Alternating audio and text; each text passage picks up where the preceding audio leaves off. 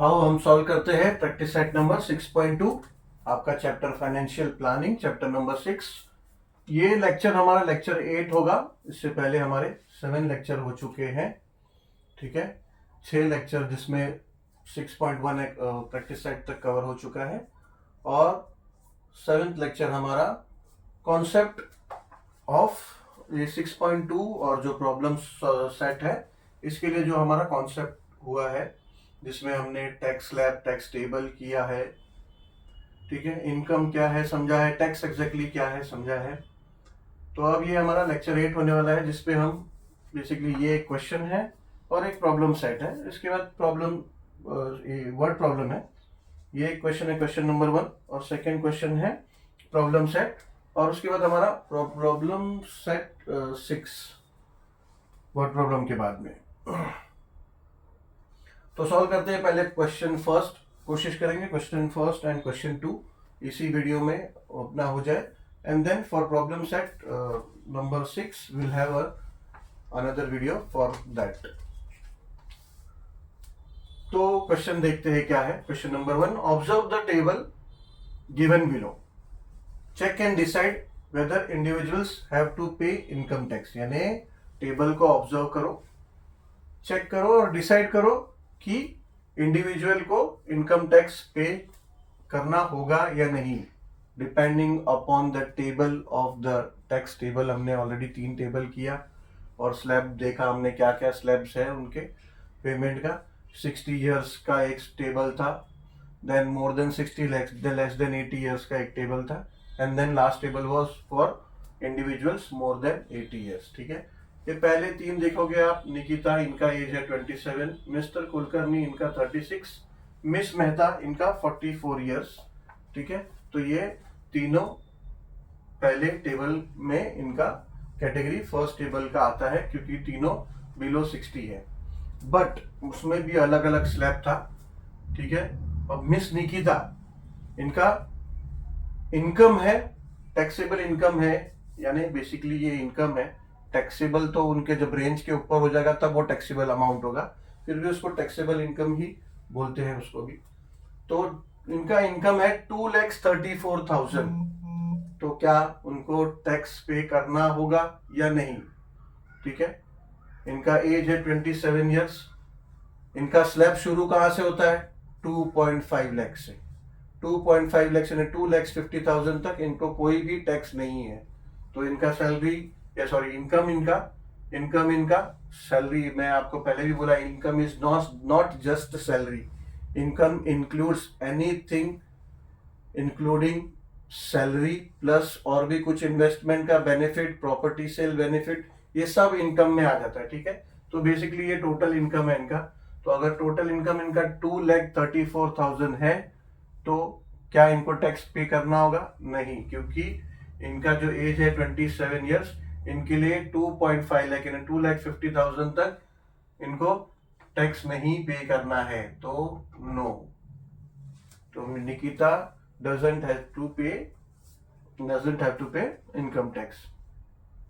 Mister Kulkarni 36 years age है, first table, ठीक है। इनकम टैक्स का फर्स्ट टेबल 3,27,000 इनका इनकम है। Obviously he has to pay income tax because इनका टैक्स स्लैब 2,50,000 से शुरू होता है। 2,50,000 तक इनको इनकम टैक्स नहीं है, बट 2,50,000 के अबव है तो इनको इनकम टैक्स पे करना है, yes.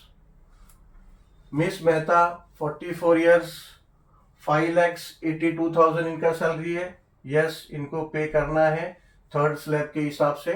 Table first, third slab.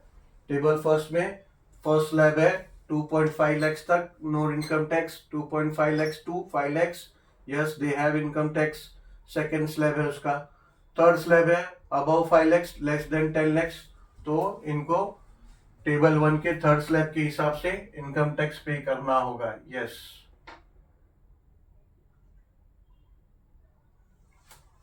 Now fourth situation, mister Bajaj इनका एज है 64 इयर्स, ठीक है। इनका टेबल चेंज हो गया। इनका टैक्स टेबल कौन सा आएगा, टेबल 2। टेबल 2 इनका है, table 2 above than 60 less than 80 years है।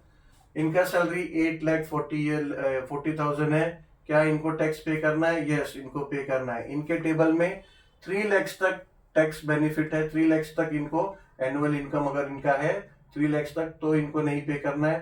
3 लाख के अबव है तो ऑब्वियसली ये उसमें भी थर्ड स्लैब में, ठीक है, उसमें 3 लाख फर्स्ट स्लैब है। सेकंड टेबल में first slab 3 lakh, second slab above than 3 lakh less than 5 lakh. वही सेकंड टेबल में थर्ड स्लैब है above 5 lakh and less than 10 lakh, तो उसमें इनको उस स्लैब के हिसाब से इनको इनकम टैक्स पे करना होगा, ठीक है। मिस्टर डिसल्वा 81 ईयर्स, ठीक है, थर्ड टेबल, अगेन इनका थर्ड टेबल, क्या इनको टैक्स पे करना है? इनका इनकम क्या दिया है? टोटल एनुअल इनकम का दिया है 4,50,000। अगर आप टेबल देखोगे तो इनके एज के लिए 5 लाख तक इनको कोई इनकम टैक्स नहीं है, ठीक है। इनका जो टेबल है 80 ईयर्स अबव का, इनके इसमें 5 लाख तक पहला स्लैब 5 लाख तक no income tax, second slab 5 lakh and above उसमें इनको इनकम टैक्स है। इनका 5 लाख से कम है इनकम तो नो इनको कोई टैक्स नहीं पे करना, समझ गए? नो, ठीक है। तो इसमें कैसा है? इनका नहीं है तो no need to pay, no need to pay, yes need to pay, needs to pay.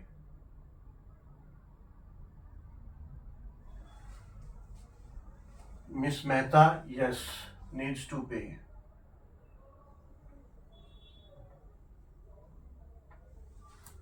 Mr. Bajaj, yes, needs to pay.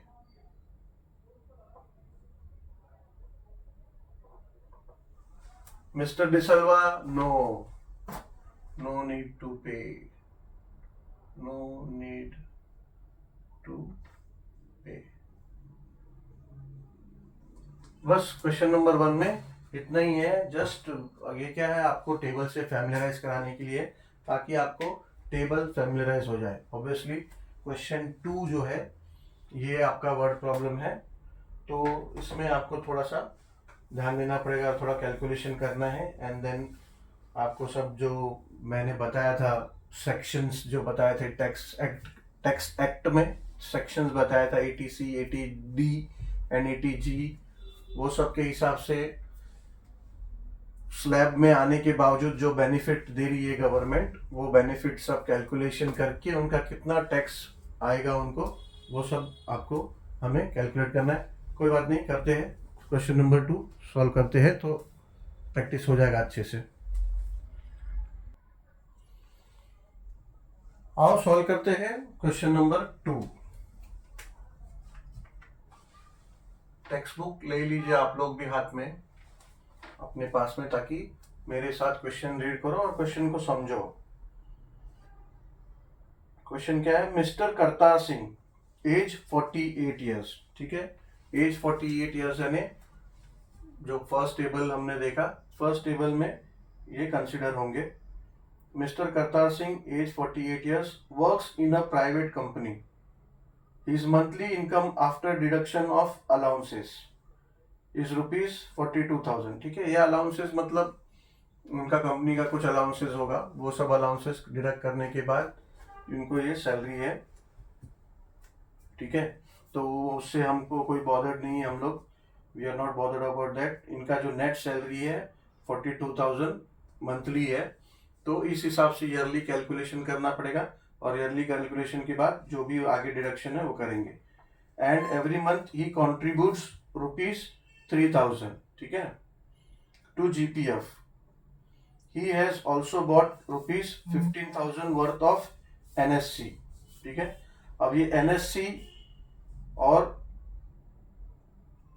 3,000 ये जो इनका GPF है, ये दोनों इनकम टैक्स एक्ट जो है 80C में कंसिडर होते हैं, ठीक है।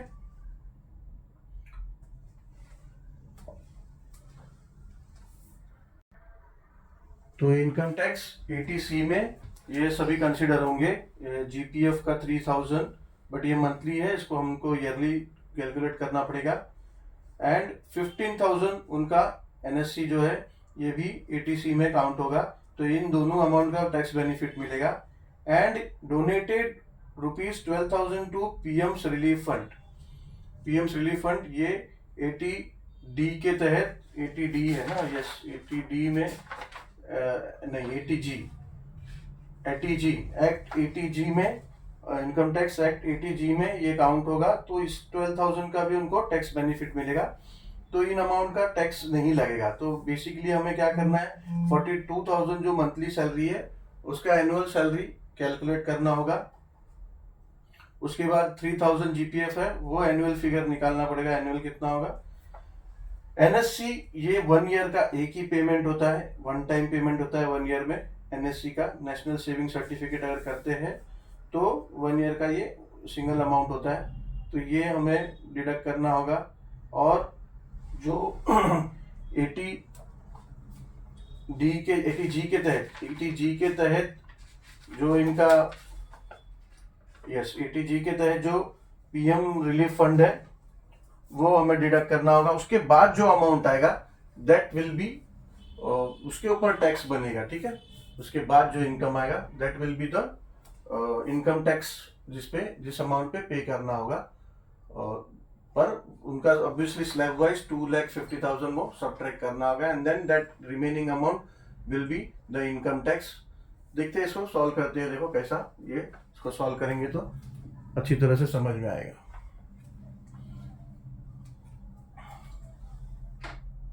सो पहला total income, total annual income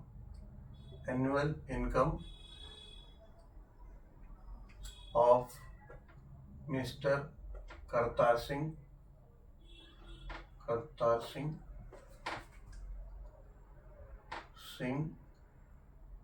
is equals to 42,000, confusion होगा सबको, 42,000 multiply by 12 is equals to, multiply कर लेंगे हम लोग 42 इंटू 12, 2 2 ज़ा 4, 2 4 ज़ा 8, 1 2 ज़ा 2 and 1 4 ज़ा 4, 4 10 बोलो 5, 504 और 3 zeros, तो ये इनका सैलरी हो जाएगा 5,04,000,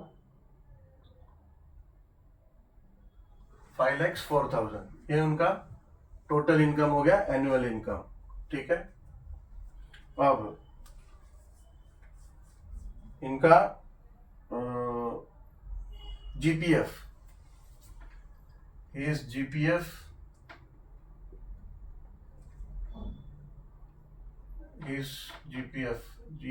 टोटल लिख देते, is annual GPF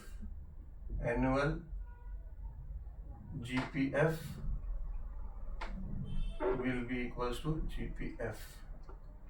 equals to 3,000, ठीक है। 3,000 ये जीपीएफ जो होता है ना, ये ऑलवेज मंथली होता है, ठीक है। देखो एवरी मंथ ही कंट्रीब्यूट्स, तो ये 3,000 होगा। अब एनुअल पे जो हमारा टैक्स स्लैब या फिर जो भी इनकम काउंट होता है, ठीक है, टैक्स स्लैब या टैक्स डिडक्शन के लिए, तो वो एनुअल काउंट होता है। तो पहले ये सबको एनुअल कर लेना है हमको, तो 3,000 इज इक्वल्स टू, ये हो जाएगा 3 इंटू 12 36,000, ये उनका ईयरली हो गया 36,000। और एनएससी उन्होंने एनएससी किया है 12,000 का, 15,000 is NSC which is always annual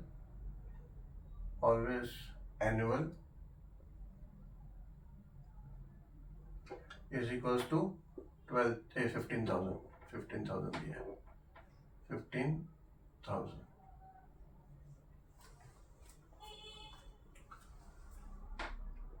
Thus, as per section 80C IT act, income tax act, IT act is equals to, यानी ये दोनों जो है ATC एक्ट के हिसाब से इसका बेनिफिट है ना, इसको टैक्स नहीं लगेगा ना, तो ये कितना हो गया 36,000 plus 15,000 which will be equals to 41 and 51, तो ये हो जाएगा 51,000। ठीक है, अब he donated rupees 12,000, so he donated to PM's apostrophe S relief fund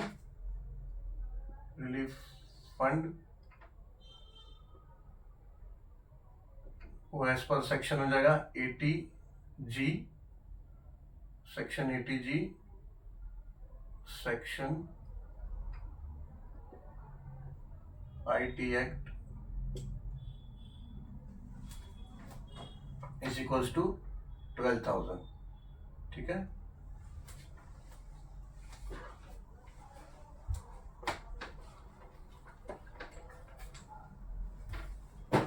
तो ये टोटल टैक्स बेनिफिट क्या होगा, total tax benefit will be equals to, इसको टोटल कर लो, ये हो जाएगा 0 0 0 एंड 3 and 6, so ये हो जाएगा 63,000 रुपीज। अब हमें कंप्यूट हिज इनकम टैक्स, हमें इनकम टैक्स उसका कैलकुलेट करना है। ठीक है, तो पहले हम फाइंड आउट करेंगे कि उनका टैक्सेबल इनकम कितना है, यानी ये सब डिडक्ट होने के बाद उनका टैक्सेबल इनकम, यानी इनकम क्या आ रहा है जिसके ऊपर टैक्स कैलकुलेशन होगा, उसके बाद में उसके ऊपर भी उनका स्लैब वाइज 2.5 लाख माइनस होगा, बट टैक्सेबल इनकम अभी हम उस पहले कैलकुलेट करेंगे। Therefore taxable income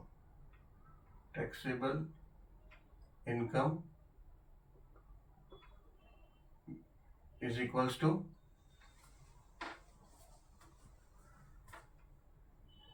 annual income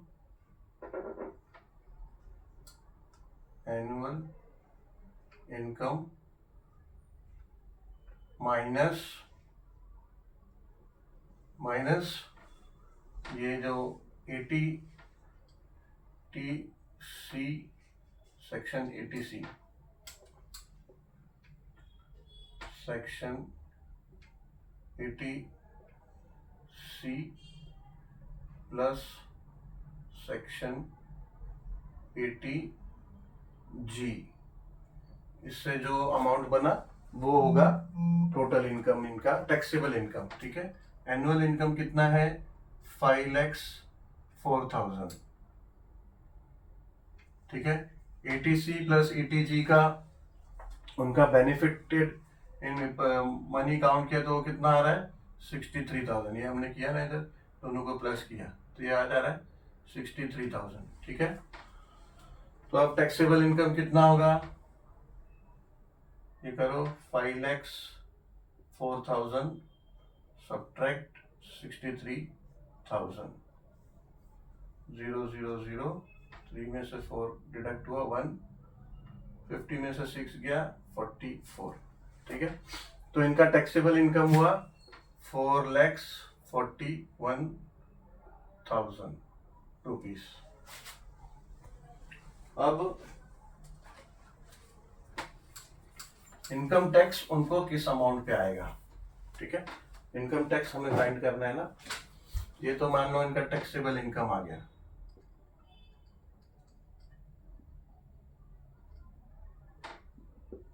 अब income tax, therefore income tax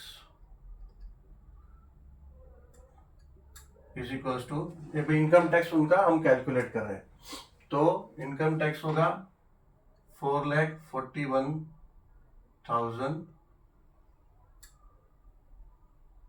deduct, first table किया हमने, इनका एज क्या है, करतार सिंह का, इनका एज 48 ईयर्स है, ये फर्स्ट टेबल में आ रहे हैं, अब उनका 44,41,000 हो रहा है, ठीक है, यानी कि ये टेबल नंबर 1 के सेकेंड स्लैब में, स्लैब के हिसाब से इनका काउंटिंग होगा। सेकेंड स्लैब क्या बोलता है, 2.5 लाख से ऊपर अगर है तो जो भी इनकम 2.5 लाख से ऊपर है उसके ऊपर टैक्स लगेगा, यानी 4,41,000 में से माइनस कर दो 2,50,000, ये तो पहले इस पे टैक्स नहीं होगा, ठीक है, ये माइनस करके जो आएगा उस पे कितना टैक्स लगेगा इनको, 5%, यानी 5/100, है ना। पहले स्टेप में 5% ही लिखते हैं, ठीक है, भले एक स्टेप बढ़े लेकिन हम लोग एग्जैक्टली पॉइंट टू पॉइंट रहेंगे, इंटू 5%, ये इनका टैक्स होगा, तो हो जाएगा इक्वल्स टू 4,41,000 सब्ट्रैक्ट 2,50,000,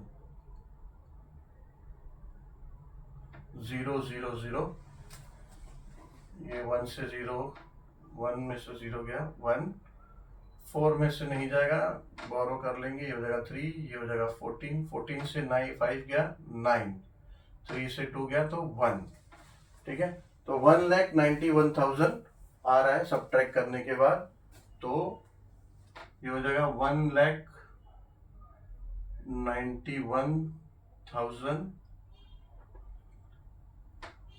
इंटू 5%, यानी अभी आप लिख दो 5/100, ठीक है। अब ये आप देखो, ये एक जीरो कट, एक और जीरो है, ये एक जीरो कट, तो ये क्या हो गया, ये हो जाएगा इक्वल्स टू 1,910, यानी 1,910 इंटू 5, ठीक है, मल्टीप्लाई करेंगे इसको तो क्या है 1,910 मल्टीप्लाई बाय 5, 5 0 0, 5 1 5, 5 9 45, 4 कैरी में आ गया, 5 1 5 एंड 9, 5 1 5 एंड 4 9, तो ये हो गया 9,550 रुपीज, ठीक है। अब इसमें क्या है, भले यहाँ मत लिखो लेकिन फाइनल फिगर जो आ रहा है वहां पे लिख दो, जैसे टैक्सेबल इनकम आया ये यहाँ लिख दो रुपीस, जो भी यूनिट्स होता है वर्ड प्रॉब्लम्स में उसका यूनिट्स लिख दिया करेंगे तो अच्छा रहता है, एग्जामिनर जो भी पेपर चेक कर रहा है उसको रीजन क्यों देने का, ठीक है, तो ये जगह 9,550 रुपीज, यहाँ भी लिख देते रुपीस। अब ये तो उनका 5% जो इनकम टैक्स है वो अब एजुकेशन सेस लगेगा इनको, ठीक है, तो देयरफॉर हमें तो टोटल इनकम टैक्स काउंट करना है जिसमें income tax, education cess and secondary and higher education cess दोनों आएगा। अब मैंने बताया था कॉन्सेप्ट में कि वहां 2% लिखा है एजुकेशन सेस, मतलब 2% ऑफ ये 4,41,000 नहीं होगा, यानी 1,91,000 का 2% नहीं होगा, जो अमाउंट आया टैक्स पेइंग का 5% कैलकुलेट करके उसका 1%, यानी 9,550 इसका 1%, सॉरी 2%, एजुकेशन सेस 2% है, तो 2% यानी 2/100, ठीक है, तो ये हो जाएगा इज इक्वल्स टू, तो एजुकेशन सेस क्या होगा इस अमाउंट का 2%, ठीक है। अब ये देखो इधर रिड्यूस होता है क्या, ये 0 और ये 0 कट कर देंगे तो ये हो जाएगा 2/10, 955, क्या करते हैं पहले 955 को 2 से मल्टीप्लाई कर लेते हैं, 2 5s are 10, 2 5s are 10 and 1 11, 1 carry में आ गया, 2 9s are 18 and 1 19, ये जाएगा 1910 अपॉन 10, ठीक है। ये 0 0 कट हो गया, तो ये जाएगा 191 रुपीज, ठीक है। अब टोटल इनकम टैक्स में एजुकेशन सेस हो गया, इनकम टैक्स हो गया, प्लस तो ये higher secondary education, secondary and higher education cess, education cess वो कितना है 1%। 1% किसका, जो 5% जो टैक्स अमाउंट आया उनका, तो वो उसका 1% यानी 9550 इंटू 1/100, ठीक है। ये एक जीरो कट हो गया, 955 डिवाइड बाय 10 करोगे तो ये हो जाएगा 95.5 यानी 95.5 रुपीज, ठीक है। अब हमें टोटल इनकम टैक्स फाइंड करना है ना, तो टोटल इनकम टैक्स ये पूरा हमें ऐड करना होगा टोटल, तो फिर कंप्यूट हिज इनकम टैक्स, ठीक है। तो total income tax is equals to 9550 plus 191 plus 95.5 is equals to, ये यहाँ पे करते हैं 9550 प्लस 191 प्लस 95.5, ठीक है। यहाँ 0.0 लिख दो ताकि कैलकुलेशन में समझ में आए, पॉइंट हो गया है ना। तो ये 0 + 5 इज 5 और ये डेसिमल, 1 and 5 is 6, 9 9 18 and 5 23, 2 आ गया कैरी में, 2 and 5 7 and 1 8 और ये 9, यानी टोटल उनका इनकम टैक्स हुआ 9836.5 रुपीज। ये इतना उनको टैक्स पे करना होगा। आंसर में आप लिख सकते हो mister Kartar Singh has to pay 9836.5 rupees as income tax, ठीक है। आ गया आंसर। तो हो गया बच्चों। अब इस वीडियो में 6.2 जितना है 2 क्वेश्चन ये हमने कर दिया, तो इस वीडियो के लिए इतना ही रहने देते हैं। तो आगे का जो है सॉल्व करेंगे problem set number 6 next video में। तो मिलते हैं नेक्स्ट वीडियो में with problem set number 6 and thank you very much for watching this video, and obviously if you like the way of explanation, then please like, subscribe and share the videos so that even other can take the benefits of the explanation, and even I will get some views. Thank you very much.